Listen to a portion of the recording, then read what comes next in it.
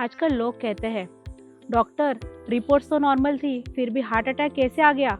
और जब थोड़ा और बात करते हैं, तो एक चीज़ कॉमन मिलती है, स्ट्रेस। लेकिन सवाल यह है, क्या स्ट्रेस सच में हार्ट अटैक का रीज़न बन सकता है? आंसर है हाँ, और काफ़ी स्ट्रॉन्ग रीज़न बन सकता है। चलिए सिंपल लैंग्वेज में समझते हैं। जब आप स्ट्रेस में होते हो, चाहे वो ऑफिस का प्रेशर हो, फाइनेंशियल टेंशन हो, फैमिली इश्यूज हो या इमोशनल स्ट्रेस, आपकी बॉडी उसे एक डेंजर सिग्नल की तरह ट्रीट करती है। इस सिचुएशन में बॉडी स्ट्रेस हार्मोन रिलीज करती है, जिसे एड्रेनालिन और कॉर्टिसोल। ये हार्मोन्स क्या करते हैं? हार्ट रेट बढ़ाते हैं, बीपी बढ़ाते हैं और ब्लड वेजल्स को टाइट कर देते हैं। मतलब बॉडी फाइट और फ्लाइट मोड में चली जाती है। अब अगर ये कभी-कभी हो तो बॉडी हैंडल कर लेती है, लेकिन प्रॉब्लम तब शुरू होती है जब स्ट्रेस क्रोनिक हो जाता है, यानी रोज-रोज का हिस्सा बन जाता है। क्रोनिक स्ट्रेस का इफेक्ट धीरे-धीरे डेंजरस बन जाता है। सबसे पहले बीपी परमानेंटली हाई रहने लगता है और high BP already heart disease का मेजर फैक्टर है।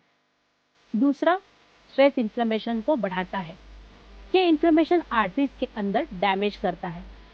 वहाँ फैट और कोलेस्ट्रॉल डिपॉजिट होने लगते हैं, जिससे ब्लॉकेज डेवलप होते हैं। तीसरा, स्ट्रेस ब्लड को थोड़ा ज़्यादा स्टिकी बना देता है, मतलब क्लॉट बनने का रिस्क बढ़ जाता है। और हार्ट अटैक अक्सर तब होता है जब एक क्लॉट सडनली आर्टरी ब्लॉक कर देता है।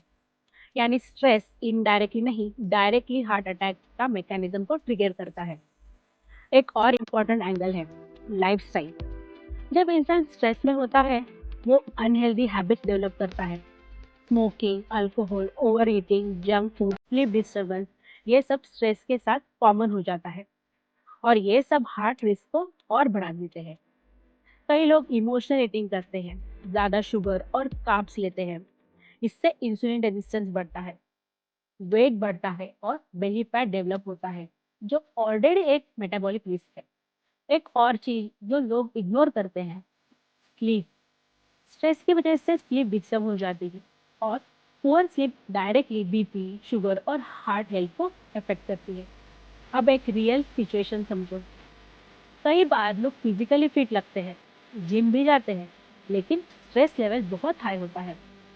बाहर से हेल्दी लेकिन अंदर से सिस्टम ओवरलोड में होती है और इसी वजह से कभी-कभी यंग एज में भी हार्ट अटैक देखने को मिलता है। अब सवाल, क्या स्ट्रेस अवॉइड कर सकते हैं? कंप्लीटली नहीं, लेकिन मैनेज जरूर कर सकते हैं। सबसे पहले अवेयरनेस जरूरी है। आपको पता होना चाहिए कि आपका स्ट्रेस लेवल हाई है। डेली थोड़ा टाइम अपने लिए निकालना, चाहे तो वो वॉक हो, ब्रीदिंग एक्सरसाइज हो, मेडिटेशन हो, ये सब साइंटिफिकली स्ट्रेस हार्मोन को रिड्यूस करते हैं। रेगुलर फिजिकल एक्टिविटी सिर्फ बॉडी के लिए नहीं, माइंड के लिए भी इम्पोर्टेंट है। स्लीप को प्रायोरिटी देना बहुत जरूरी है। 6 से 8 घंटे की क्वालिटी स्लीप स्ट्रेस कंट्रोल करने में हेल्प करती है। और सबसे इम्पोर्टेंट, अपनी प्रॉब्लम्स को इग्नोर मत करो, शेयर करो, डिस्कस करो, सॉल्यूशन ढूंढो। माधव बाग में हार्ट हेल्थ को सिर्फ फिजिकल पैरामीटर्स तक लिमिट नहीं किया जाता। Stress level, lifestyle pattern, sleep और मेटाबॉलिक फैक्टर्स सबको इवेल्युएट किया जाता है। होलिस्टिक अप्रोच से हार्ट रिस्क को रिड्यूस करने पर फोकस किया जाता है, ना कि सिर्फ सिम्टम ट्रीट करने पर। फाइनल मैसेज सिंपल है, स्ट्रेस दिखाई नहीं देता, लेकिन इसका इफेक्ट अंदर बहुत गहरा होता है। अगर आप इसे इग्नोर करते हो, तो ये धीरे धीरे हार्ट पर इम्पैक्ट डालता है।